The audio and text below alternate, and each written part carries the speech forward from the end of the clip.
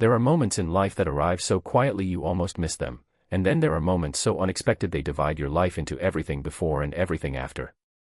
The morning I picked up my usual coffee, I thought it would be just another ordinary Tuesday, another stop before another exhausting day. I never imagined that a simple paper cup, a handwritten phone number, and 7 tiny words would become the beginning of the greatest second chance either of us had ever been given. Sometimes love doesn't knock on your door. Sometimes it waits behind a coffee counter, hoping you'll be brave enough to notice. Before we continue, if you believe kindness can change lives and that everyone deserves a second chance at happiness, please take a moment to like this video, leave a comment telling us where you're watching from, share this story with someone who needs hope today, and subscribe to Dad's Second Chance for more heartfelt stories that remind us love can find us when we least expect it. At 38 years old, I had become a man who lived on routine because routine didn't disappoint me. Every weekday began at the same neighborhood cafe just before 7 in the morning. The same corner table. The same black coffee.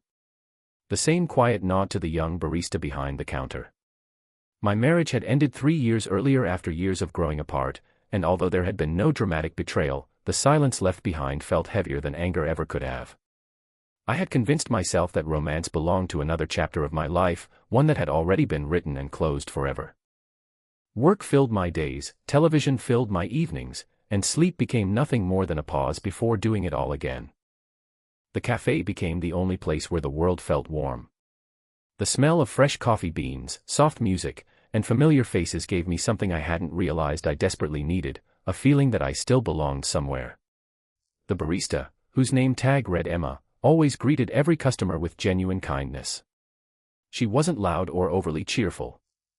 She simply had the rare ability to make people feel seen. I noticed the little things over the months. She remembered everyone's favorite drink.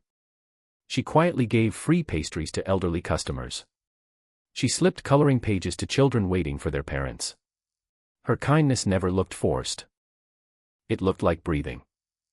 We rarely exchanged more than a few words. She would smile, hand me my coffee, and wish me a good day.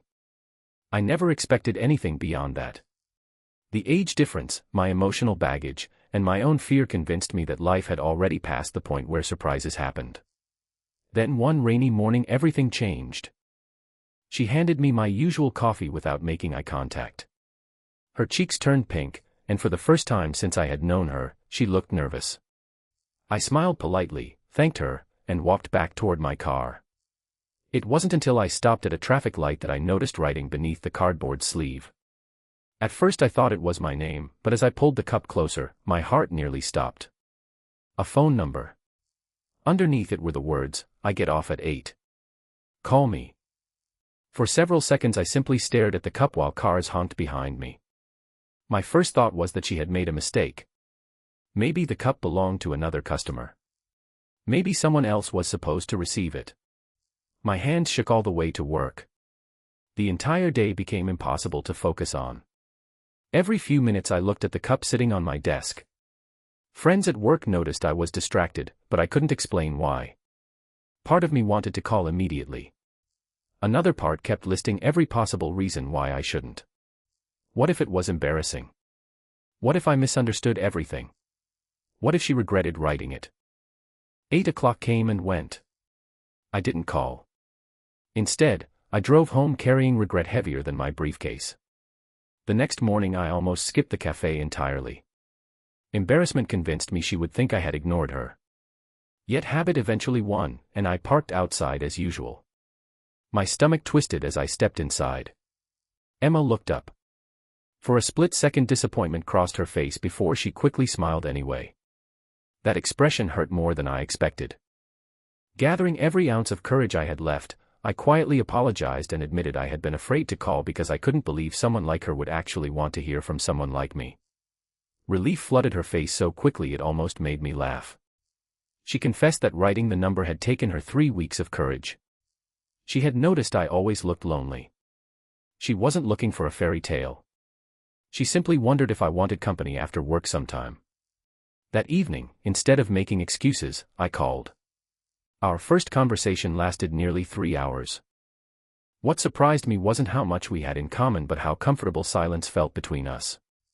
She told me she had spent years caring for her sick mother before losing her to cancer. Afterward, she buried herself in work because being busy hurt less than being alone. I shared the story of my failed marriage and how I had quietly accepted loneliness as permanent. Neither of us tried to impress the other. We simply told the truth.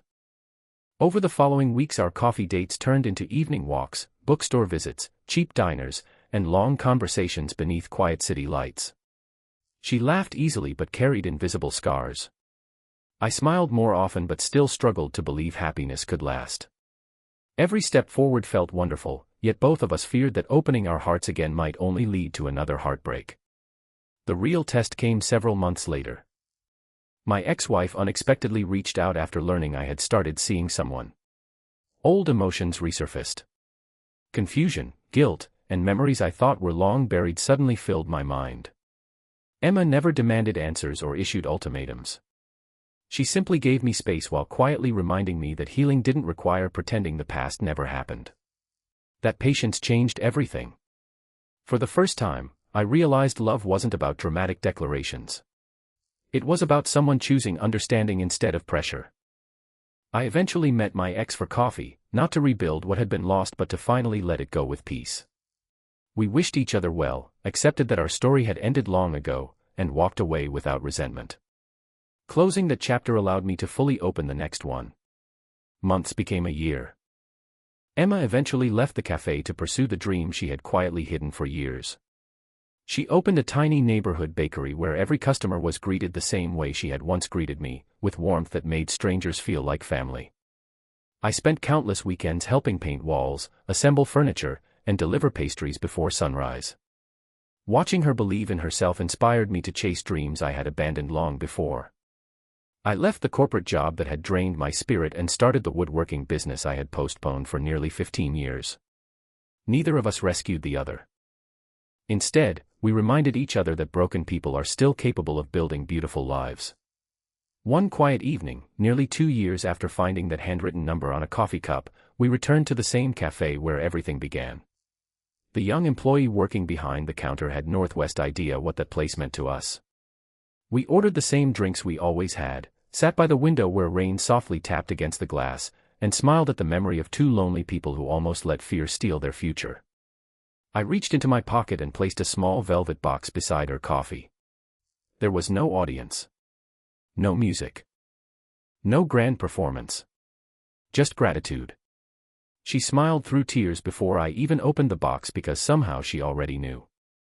The answer came before the question. Years later, that paper cup still sits safely inside a small wooden frame in our home office. Visitors often ask why we display something so ordinary.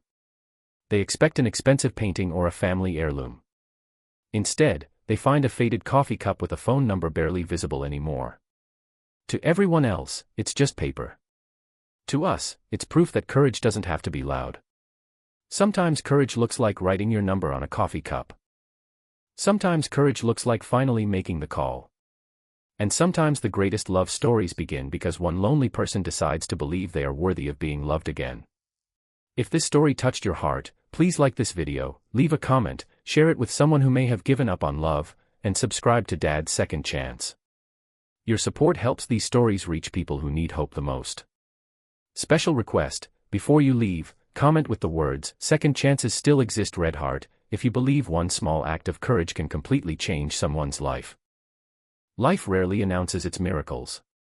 They often arrive disguised as ordinary mornings, familiar faces, and paper coffee cups. Never underestimate the power of kindness, because the smallest gesture may become someone else's greatest reason to believe in tomorrow.